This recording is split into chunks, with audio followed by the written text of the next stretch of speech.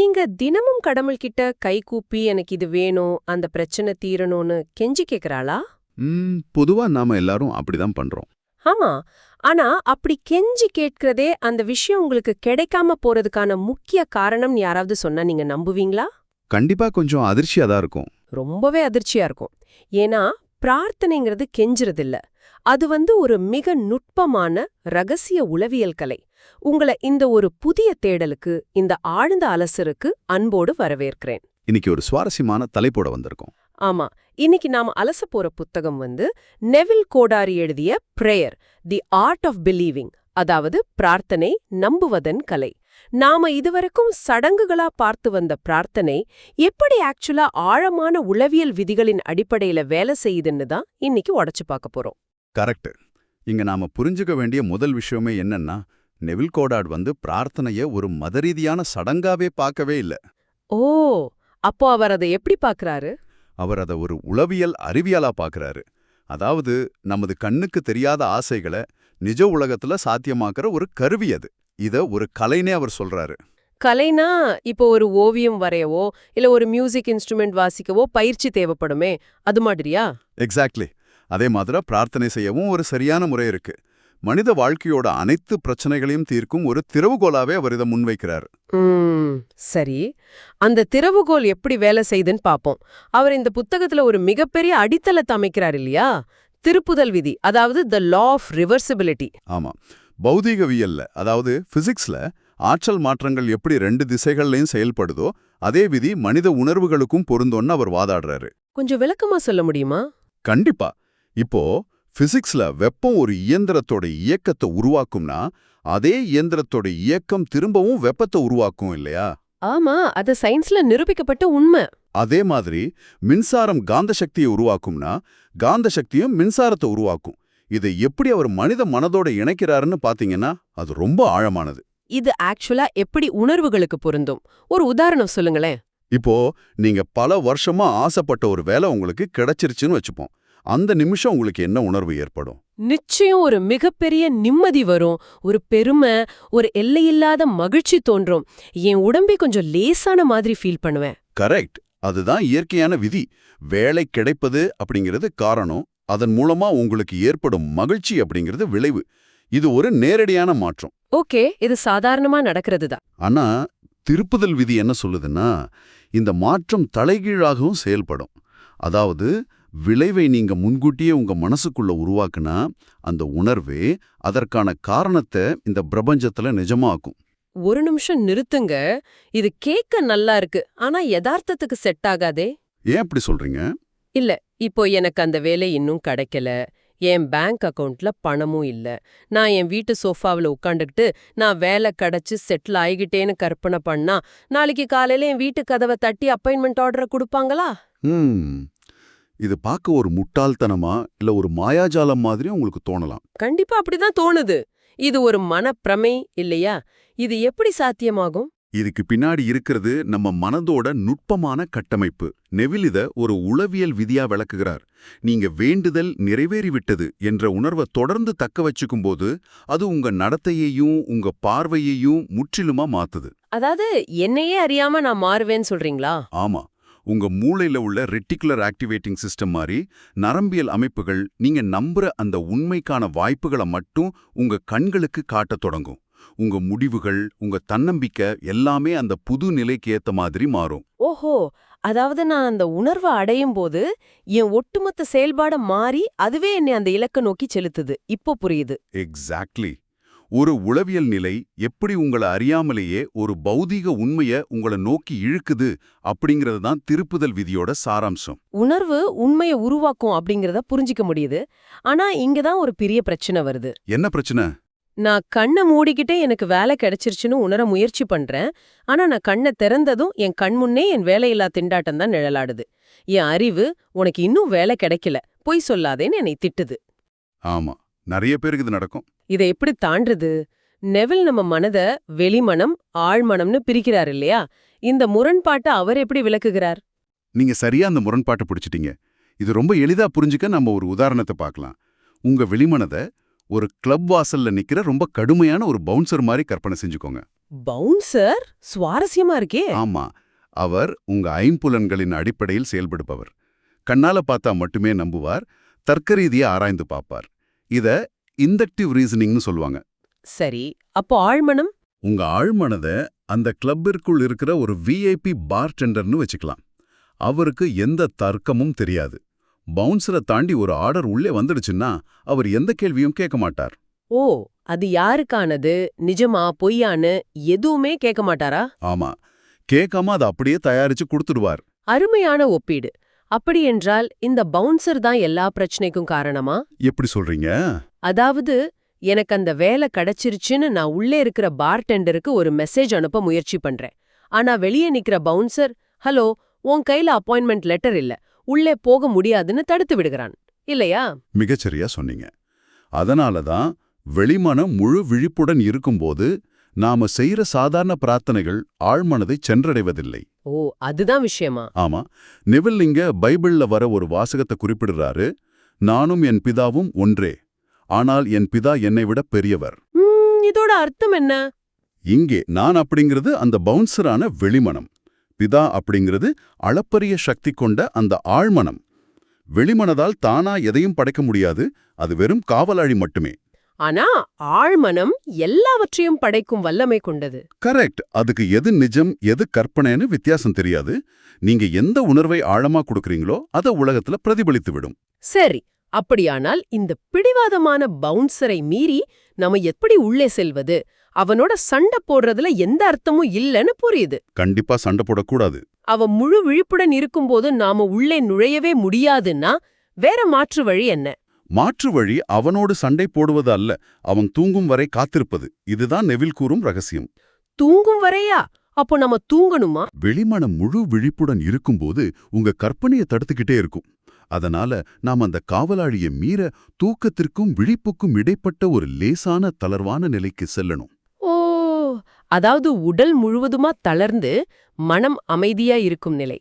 ஆமா, இத அவர் கண்ட்ரோல்ட் ரெவரி, அதாவது கட்டுப்படுத்தப்பட்ட பகல் கனவுன்னு சொல்றாரு. அந்த அரைக்குறை தூக்க நிலையில வெளிமனம் என்ற காவலாளி தனது கட்டுப்பாட்டை இழந்துடுவான். அப்ப நாம குடுக்கிற கட்டளைகள் எந்த தடங்களும் இல்லாம நேரடியா ஆழ்மனதை சென்றடையும். எக்ஸாக்ட்லி. இத நாம எப்படி நடைமுறையில செய்யறதுன்னு கேட்பவர்களுக்கு ஒரு சின்ன சந்தேகம் வரலாம். நம்மில பலருக்கு நான் பல வருஷமா பாசிட்டிவா தான் யோசிக்கிறேன், ஆனா ஒன்னும் நடக்கலையேங்கிற விரக்தி இருக்கும். ஆமா, அது சகஜம்தான். இந்த தளர்வான நிலையை எப்படி சரியா பயன்படுத்துறது? நான் அமைதியா ஒரு நாற்காலியிலோ அல்லது படுக்கையிலோ சாஞ்சுக்கிறேன், என் உடல் முழுவதும் தளர்ந்துடுது. அடுத்து நான் என்ன செய்யணும்? அந்த நிலையில நீங்க உங்க ஆசை நிறைவேறிடுச்சுங்கிற மாதிரியான ஒரு காட்சியை தேர்ந்தெடுக்கணும். இது ஏதோ எதிர்காலத்துல நடக்க போறது போல அல்ல, இப்போதே இந்த நொடியில நடப்பது போல கற்பனை செய்யணும். ஒரு உதாரணம் சொல்ல முடியுமா? இப்போ உங்க நண்பர் உங்களை தொலைபேசியில அழைச்சு உங்க புதிய வேலைக்காக வாழ்த்துவது போல கற்பனை செய்யுங்க. அந்த நண்பரோட குரலை நிஜமாவே கேட்பது போல் தத்ரூபமா உணரணும். ஓ, அவர் என்ன வாழ்த்துவதையும் நான் அவருக்கு நன்றி சொல்வதையும் மிக தெளிவா உணரணும். ஆமா, நெவல் இங்க ஒரு முக்கியமான எச்சரிக்கையை தர்றாரு.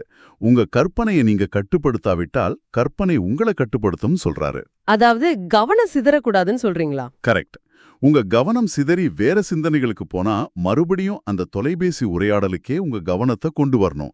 இதுல எவ்வளவு தூரம் உணர்வுபூர்வமான உண்மை இருக்கோ அவ்வளோ சீக்கிரம் ஆழ்மனம் அதை ஏத்துக்கிட்டு உலகத்துல வெளிப்படுத்தும். வோ, அதாவது ஏன் கற்பனை உலகத்துக்குள்ள நான் ஒரு இயக்குனரா மாறி எனக்கான ஒரு சின்ன காட்சியை உருவாக்கி அதை மீண்டும் மீண்டும் என் மனத்திரையில ஓட விடுறேன். மிகச்சரியான புரிதல். ஆனா எனக்கு இதுல ஒரு பெரிய தர்க்க ரீதியான சந்தேகம் வருது. நான் என் மூளைக்குள்ள என் கற்பனையில என் நம்பனோட பேசுறேன். அது எனக்குள் நடக்கும் ஒரு ரகசிய நாடகம். சரி, நான் கற்பனை செய்யறது எப்படி வெளி உலகத்துல இருக்கிற அவனுக்கு தெரியும்? நெவில் இங்க தாட் டிரான்ஸ்மிஷன், அதாவது என்ன பரிமாற்றம் பற்றி பேசுறார். ஒரு மனுஷனோட மனதிலிருந்து இன்னொரு மனுஷனோட மனதுக்கு எப்படி எண்ணம் பயணிக்க முடியும்? இது என்ன ஏதோ டெலிபதி போல இருக்கே. இது ஆரம்பத்துல கேட்க கொஞ்சம் மாயாஜாலமா தோணலாம். ஆனா இத நாம் இன்றைய தொழில்நுட்பத்தோட ஒப்பிட்டு பார்த்தா ரொம்ப எளிதா புரியும். எப்படி? உங்களை ஒரு வைஃபை ரவுட்டர் அல்லது ரேடியோ டிரான்ஸ்மிட்டர்னு வச்சுப்போம். நீங்க ஒரு குறிப்பிட்ட ஃப்ரீக்வன்சியில ஒரு பாடலை ஒலிபரப்புறீங்க. அதே ஃப்ரீக்வன்சியில டியூன் செய்யப்பட்ட எந்த ரேடியோவும் அந்த பாடலை பிடிச்சுக்கும் அல்லவா? ஆமா, நிச்சயமா பிடிச்சுக்கும். அதே போலதான் நமது மனமும் நமது உணர்வும் நம்பிக்கையும் தான் அந்த அலைவரிசை. நீங்க ஒருவரை பற்றி உங்க மனசுல மிக ஆழமா ஒரு நிலையை கற்பனை செய்யும்போது உங்களுக்கும் அவருக்குமான பௌதிக தூரம் ஆழ்மனதுக்கு ஒரு தடையே இல்ல. ஓ, உலகத்தோட எந்த மூலையில அவர் இருந்தாலும் என் ஆழ்மனம் அவரோட ஆழ்மனத்தோட நேரடியா தொடர்பு கொள்ளுமா? ஆமா. நீங்க சொல்றத பார்த்தா நான் ஒரு குறிப்பிட்ட அலைவரிசையில, அதாவது என் நண்பன் மிகச் சிறப்பா ஒரு காரியத்தை செய்துட்டான்னு என் ஆழ்மனதுல முழுமையா நம்பி ஒரு சிக்னலை அனுப்புனா அது அவனை சென்றடையுமா? ஆமா, நிச்சயமா. நீங்க அவனுக்காக உருவாக்குற அந்த நேர்மறையான எண்ணம் அவனுக்குள்ள ஒரு இன்னர் வைப்ரேஷனை உருவாக்கும். ஓ, அப்படியா? அந்த எண்ணம் வெளியிலிருந்து வந்ததுன்னே அவனுக்கு தெரியாது. அது அவனுக்குள்ளேயே தோன்றிய சொந்த எண்ணம் போல அவன் செயல்படத் தொடங்குவான். கொஞ்சம் பொறுங்க, இது எனக்கு ஆச்சரியமா இருக்கிறத விட கொஞ்சம் பயமா இருக்கு. இது ஒரு மிகப்பெரிய தார்மீக கேள்வியை எழுப்புது. என்ன கேள்வி அது? இப்படி என்னால ஒரு எண்ணத்தை இன்னொருவர் மனதிற்குள் செலுத்த முடியும்னா, நான் ஒருவருக்கு கெட்டது நினைத்தால் என்ன ஆகும்? நான் என் எதிரிய பற்றி மோசமா நினைச்சு அவன் அழிந்து போகணும்னு நான் அதே தளர்வான நிலையில கற்பனை செஞ்சு ஒரு சிக்னல் அனுப்புனா அதுவும் அவனை அழித்து விடுமா? இது மிக மிக முக்கியமான கேள்வி. இந்த இடத்துல தான் பிரபஞ்சத்தோட ஒரு அழகான மிகவும் நியாயமான பாதுகாப்பு அரண் வேலை செய்யுது. பாதுகாப்பறனா? அது எப்படி வேலை செய்யும்? நீங்க ஒருவருக்கு ஒரு எண்ணத்தை அனுப்புறீங்க, அது நல்லதோ கெட்டதோ அந்த சிக்னல் அவரை சென்றடையும். ஆனா அந்த சிக்னலை ரிசீவ் செய்யும் தன்மை அவரிடம் இருக்கணும். ரிசீவ் செய்யும் தன்மைனா? அதாவது நீங்க அனுப்புற அந்த தீய எண்ணத்தை அவர் வேறு யாருக்கும் நினைக்காத ஒரு நல்லவரா இருந்தா அவரோட ஆழ்மனத்தின் அலைவரிசை உங்க தீய எண்ணத்தின் அலைவரிசையோட ஒத்து போகாது. ஓ, அப்போ அவரோட மனம் அந்த சிக்னலை ஏற்க மறுத்து விடுமா? கரெக்ட். அவர் ஏற்க மறுத்துடுவார். சரி, அவர் ஏற்க மறுத்துவிட்டால் அந்த தீய எண்ணம் அப்படியே காற்றில் கரைந்து போயிடுமா? அதுதான் இல்ல. இயற்கையோட நீதி எவ்வளவு துல்லியமானது தெரியுமா? அவர் அந்த சிக்னலை ஏற்காத போது அது ஒரு பூமராங் போல உங்களுக்கே திரும்பி வரும். பூமராங் போலவா? ஆமா, நீங்க சுவர்ல வீசிய பந்து எப்படி உங்களை நோக்கியே திரும்பி வருமோ அதே போல அந்த தீய எண்ணம் அனுப்புனவருக்கே திரும்பி வந்துவிடும். இத ரீபவுண்ட் எஃபெக்ட்னு நெவில் சொல்றாரு. ஐயையோ, அப்படியா? நீங்க ஒருவருக்கு நோயோ வறுமையோ வரணும்னு நினைச்சு ஒரு சிக்னலை அனுப்பி அவர் அதை ஏற்கவில்லைன்னா உங்க சொந்த ரேடியோ டிரான்ஸ்மிட்டரையே அந்த சிக்னல் அழித்து விடும். அதாவது அந்த நோயும் வறுமையும் நானே அனுபவிக்க நேரிடும். ஆமா, எதை விதைக்கிறோமோ அதையே அறுவடை செய்வோம் என்பதன் உண்மையான உளவியல் விளக்கம் இதுதான். அப்படா, கேட்டதற்கே ஒரு நிம்மதியா இருக்கு. அப்படி என்றால் நாம தப்பித்தவரை கூட மற்றவர்களுக்கு தீங்கு நினைக்க கூடாது. இதத்தான் நெவில் ஜோப்பின் சூத்திரம்னு சொல்றாரா? ஆமா, பைபிள்ல வர்ற ஜோப் என்ற நபர் தனக்கு எவ்வளவு கொடிய நோய்களும் கஷ்டங்களும் வந்தபோதும் தனக்காக பிரார்த்தனை செய்யாம தன் நண்பர்களுக்காக பிரார்த்தனை செய்தார். ஓ, அதன் விளைவாகவே அவனுடைய சொந்த துன்பங்கள் விலகி போயினன்னு ஒரு கதை உண்டு. அது இந்த விதியின் அடிப்படையில தான் வேலை செய்தாதா? மிகச்சரியா புரிஞ்சுக்கிட்டீங்க. தனக்காக பிரார்த்தனை செய்யறதை விட மற்றவர்களுக்காக பிரார்த்தனை செய்வது எவ்வளவு வலிமையானது, எவ்வளவு பாதுகாப்பானது என்பதை இது காட்டுது. கண்டிப்பா. உங்க நண்பருக்காக நீங்க நல்லது கற்பனை செய்யும்போது முதல்ல உங்க மனதோட அலைவரிசை அந்த நல்ல நிலைமைக்கு மாறணும். நீங்க மகிழ்ச்சிய பகிரணும்னா முதல்ல நீங்க மகிழ்ச்சியா உணர்ந்தாகணும் இல்லையா? ஆமா, உண்மைதான். அதனால மற்றவர்களுக்காக ஆரோக்கியத்தையும் செல்வத்தையும் நீங்க மனதார பிரார்த்திக்கும் போது அது அவங்கள சென்றடைவதோடு மட்டுமல்லாம உங்க வாழ்க்கையையும் அதே நேர்மறையான அதிர்வால் நிரப்புது. கொடுப்பதே பெறுவது என்பது வெறும் தத்துவம் அல்ல, இது ஒரு துல்லியமான உளவியல் அறிவியல். இது எவ்ளோ அற்புதமான ஒரு சுழற்சி! நாம மற்றவர்களுக்கு அனுப்புவது எல்லாமே நமக்கும் சேர்த்துதான் நடக்குதுங்கிறது ஒரு மிகப்பெரிய விழிப்புணர்வு. சரி, இந்த புத்தகத்தோட இறுதி பகுதிக்கு வருவோம். சரி, சொல்லுங்க. இதுவரை நாம கேட்டதிலேயே நெவில் ஒரு உச்சக்கட்ட பிரார்த்தனை, அதாவது தி கிரேட்டஸ்ட் பிரேயர்னு சொல்றாரு தெரியுமா? அது என்னை மிகவும் சிந்திக்க வச்சது. நீங்க எந்த பகுதியை சொல்றீங்க? தன்னைத்தானே ஒரு மிக உயர்ந்த நிலையில வைத்து பார்ப்பது. ஐ ஆம் கிரைஸ்ட், அதாவது நானே கிறிஸ்துன்னு அவர் ஒரு வார்த்தையை பயன்படுத்துகிறார். ஆமா. எனக்கு இது படிக்கும்போது சற்று முரண்பாடா தோணுச்சு. பல மதங்கள் நாம கடவுளுக்கு கீழானவர்கள், நாம அடிபணிந்து கிடக்க வேண்டும்னு தான் சொல்லுது. ஆனா நாம நம்மையே இப்படி நானே கிறிஸ்துன்னு சொல்லிக் கொள்வது ஒரு மிகப்பெரிய அகங்காரமா ஆகிவிடாதா? இதை எப்படி புரிஞ்சுக்கிறது? இது ஒரு மிக நுட்பமான ஆன்மீக மற்றும் உளவியல் நிலை. வெளிப்படையா பார்க்கும்போது இது ஈகோ, அதாவது அகங்காரம் போல தோணலாம். ஆனா உண்மையில இது அகங்காரத்தோட முழுமையான அழிவு. அகங்காரத்தின் அழிவா? ஆமா, இங்க கிறிஸ்து அப்படிங்கிறது ஒரு வரலாற்று நபரை குறிக்கல. அது மனிதனுக்குள்ள ஆழமா தூங்கிக்கிட்டு இருக்கிற இறைத்தன்மையை குறிக்குது. நெவில் என்ன சொல்றாருன்னா, நீங்க வெளியுலகத்துல இருக்கிற குறைகளையும் வறுமையையும் நோய்களையும் பார்த்துக்கிட்டே இருந்தா உங்க ஆழ்மனம் அதையே மீண்டும் மீண்டும் உருவாக்கும். ஓ, ஆனா அந்த உச்சக்கட்ட நிலையை உணரும் பொழுது ஐ ஆம் கிரைஸ்ட் அப்படிங்கிற அந்த உச்சக்கட்ட நிலையை நீங்க உணரும்போது நீங்க உலகத்தை ஒரு மனுஷனோட சாதாரண கண்களா பார்க்காம ஒரு பரிபூர்ணமான இறைவனோட பார்வையால் பார்க்க தொடங்குறீங்க. அதாவது ஒருவரிடம் உள்ள குறைகளை பார்க்காம அவருக்குள் இருக்கும் முழுமையை பார்க்கிறோம். எக்ஸாக்ட்லி. இது அகங்காரம் அல்ல, இதுவே உண்மையான சரணடைதல். இந்த மனநிலையை நாம் அடையும் போது நமது நடத்தை, நமது சிந்தனை, நமது ஒட்டுமொத்த ஆளுமையுமே ஒரு உன்னத நிலைக்கு மாறிவிடுது. உண்மையில இது ஒரு மிகப்பெரிய திறப்பு. இந்த ஆழ்ந்த அலசல்ல நாம இன்னைக்கு கத்துக்கிட்ட விஷயங்கள் நமது அன்றாட சிந்தனை முறையையே மாற்றக்கூடியலை. கண்டிப்பா. பிரார்த்தனை அப்படிங்கிறது கடவுள்கிட்ட கையேந்தி நிற்பதோ கெஞ்சுவதோ அல்ல. அது வேண்டுதல் நிறைவேறி விட்டது என்ற உணர்வு. நமது வெளிமனம் என்ற அந்த கடுமையான பவுன்சரை தாண்டி கட்டுப்படுத்தப்பட்ட பகல் கனவு மூலம் நமது ஆழ்மனதுடன் உறவாவது. ஆமா, ரொம்ப அழகா சொல்றீங்க. நமது எண்ணங்கள் கல்ஃபை சிக்னல்கள் போல மற்றவர்களை சென்றடையும் வலிமை கொண்டது என்பதை புரிஞ்சுக்கிட்டு மற்றவர்களுக்காக நல்லதை மட்டுமே நினைச்சு நமது வாழ்க்கையும் உயர்த்துவது.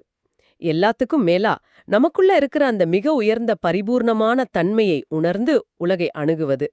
இது எல்லாமே ஒரு தனி மனிதனுக்கு கொடுக்கப்பட்டிருக்கிற மிகப்பெரிய சக்தி. மிக அருமையா தொகுத்து கூர்னீங்க. இந்த ஆழ்ந்த அலசலை நிறைவு செய்வதற்கு முன் உங்க ஒவ்வொருவருக்கும் ஒரு ஆழமான கேள்வியை முன்வைக்க விரும்புறேன். என்ன கேள்வி அது? நீங்க உங்களுடைய ஆசைகளை உங்க கற்பனையில உங்க ஆழ்மனதுல எப்படி உருவாக்குறீங்கங்கிறத இப்ப புரிஞ்சுக்கிட்டீங்க. ஆனா இதை சற்று அமைதியா யோசிச்சு பாருங்க. நாளை காலை நீங்க எதேச்சியா சந்திப்பதா நினைக்கும் மனிதர்கள், எதிர்பாராம நடப்பதா நீங்க கருதும் சம்பவங்கள் எல்லாமே உண்மையிலே நேற்றிரவு உங்க ஆழ்மனதுல நீங்களே உருவாக்கிய அந்த மனநிலையின் பிரதிபலிப்பாக மட்டுமே இருந்தா இப்படி இருக்கும். வாவ், ரொம்ப ஆழமான சிந்தனை.